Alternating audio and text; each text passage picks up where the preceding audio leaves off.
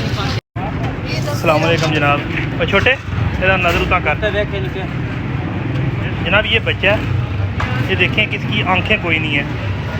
ये गुजरात में सर्विस मोड़ पे रेलवे स्टेशन पे तकरीबन सुबह 5 से लेके 5 बजे से लेके शाम 5-6 बजे तक उधर बैठता है। उसके बाद आपको अंदाज़ा होना चाहिए कि जो बच्चा इस तरह नज़र कोई नहीं है, लोग भी सदका भी देते हैं, ज़कात भी देते हैं, खैरात भी देते हैं।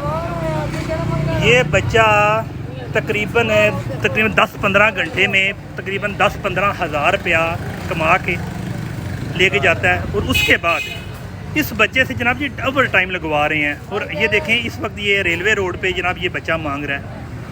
बस आप लोगों को बताना था कि अगर इस बच्चे की अगर 15 से 20 हज़ार रोज़ाना की आमदन है, ज़ारे लोग इस पे खुदाहुफी करके पैसे देते हैं। अगर ये लोग चाहें ना तो इस बच्चे पे सिर्फ 15,000 के 4 से 5 माह की जो है ना अमाउंट जो इकट्ठी करे लगा के इसकी आंखें दुरुस्त हो सकती हैं। यानी कि जो बंदा 15,000 रोज़ाना का कमा ले वो पता नहीं आपको पता है 3-4 महीने में कितना कमा सकता है। लेकिन नहीं, ये गदागरी एक पेशा बन चुका है। वो देख सकते हैं कि इस बच्चे को बस यूज़ किया जा रहा है। ये देखें आप हूँ तुम दसो मैनू बंदा रेलवे स्टेशन पर बहता है ना, फाटक से, ठीक है ना, फाटक से बहता है ना, उस बच्चे इस बच्चे सुबह 5 तो लैके राती 12-1 बजे तक दलील करते हो।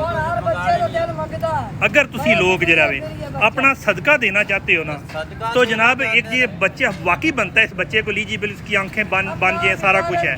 लेकिन अगर आप लोग अपना सदका देना चाहते हो तो जनाब इस चीज़ का ख्याल रखें कि जो है ना रिज़र्व बंदे को, आजकल जो बिजली के बिल जो है बहुत ज़्यादा सफ़ेदपोश लोग हैं जिनके घर में एक वक्त का खाना नहीं है, लेकिन इस बच्चे को ये लोग इस्तेमाल करते हैं। ये देखें ये लोग सुबह 5 से लेके शाम 5-6 बजे 7 बजे तक उधर जनाब रेलवे फाटक पे जहाँ से 10-15 हज़ार रुपया मिनिमम अमाउंट इकट्ठी करता है। और उसके बाद जनाब इसको रेलवे रोड पे सर्विस, इसको पता ही नहीं है बच्चे को, ये मांग रहा है, इसने 2 वक्त का रोटी खानी है। हमारी भी बात सुन ले ना जी जी, तो आप जब दिन से जब सारा दिन इनसे बैठे कोल, हाँ हाँ सही है ना, जी जी, आप इनका 15,000 आप ले जाएं जी जी। जो हमारे से जब मैं इसीलिए जो है ना ये मेरी DCO साहब से रिक्वेस्ट है, DCO साहब से रिक्वेस्ट है कि जनाब आप इस पे तवज्जो दें।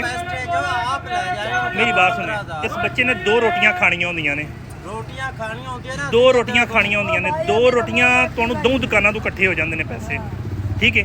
लेकिन तुसी ना थोड़ा पेशा, हाँ हाँ, आप पूरा दिन इनके पास बैठ, मैं आप जो गुजरात की 15,000 बने तो हमारे गुजरात की आला हकाम को जो है ना मैंने काफ़ी लोगों के अकाउंट किए हैं। मैं गुजरात के DC साहब से कहूँगा कि जनाब इन लोगों पे आपने तवज्जो देनी है कि जो एलिजिबल बंदा है वो जनाब हक से महरूम हो जाता है।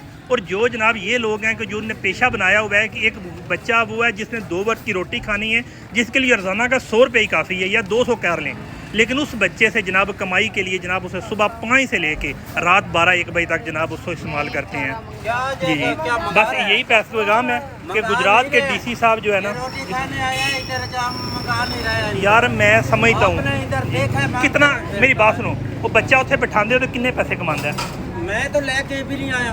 तू कौन? तो किसी और नहीं के नहीं, पास, ये हमारी घर वाली है, ये जब इनका भतीजा है। चलो किन्ने रोजाना दे उथों इकट्ठे करदा सर रेलवे स्टेशन तू? सही दस जरा हूँ। पुरानी मानी बात बता, मैं कई बार 500-500 दे के गया हूँ कि ये कि बच्चा जरा वे गरीब भेज रहा है। वो जो आपने 500 दिया है वो आप लेना चाहते हैं? नहीं नहीं, पानी किन्ने इकट्ठे करदा पिया? आपने खुदा की मेरी बात सुनो, रोजाना दा कितना कमांदा, कितना कमा लेंदा बच्चा उसे? कमा लेता है 2,000 भी कमा लेता है, 2,200 भी कमा लेता है। हम हाँ चलो माने ने खुद मान लिया कि 2,200 रोजाना दे 10-15 बंदे जेरे ने वो ने कि जे रोजाना दा 500-500 दे के जाते हैं।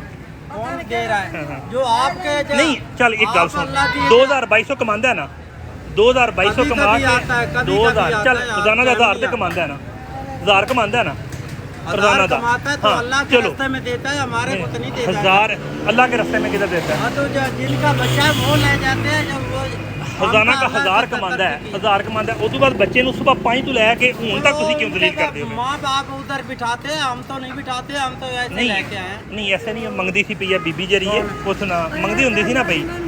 ਤੁਸੀਂ ਉਸ ਬੱਚੇ ਨੂੰ ਜਿਹੜਾ ਵੀ ਉੱਥੇ ਭਾਇਆ ਉਦੋਂ ਬਾਅਦ ਜਨਾਬ ਅਗਰ 2000 ਉਹਨੇ ਕਮਾ ਲਿਆ ਤੇ ਉਦੋਂ ਬਾਅਦ ਤੁਸੀਂ ਇੱਥੇ ਉਹਨੂੰ ਕਿਉਂ ਲੈਣੇ? ਉਹਨੇ ਤੇ ਮਹੀਨਾ ਦਿਹਾੜੀ ਲਾ ਲਈ ਹੈ।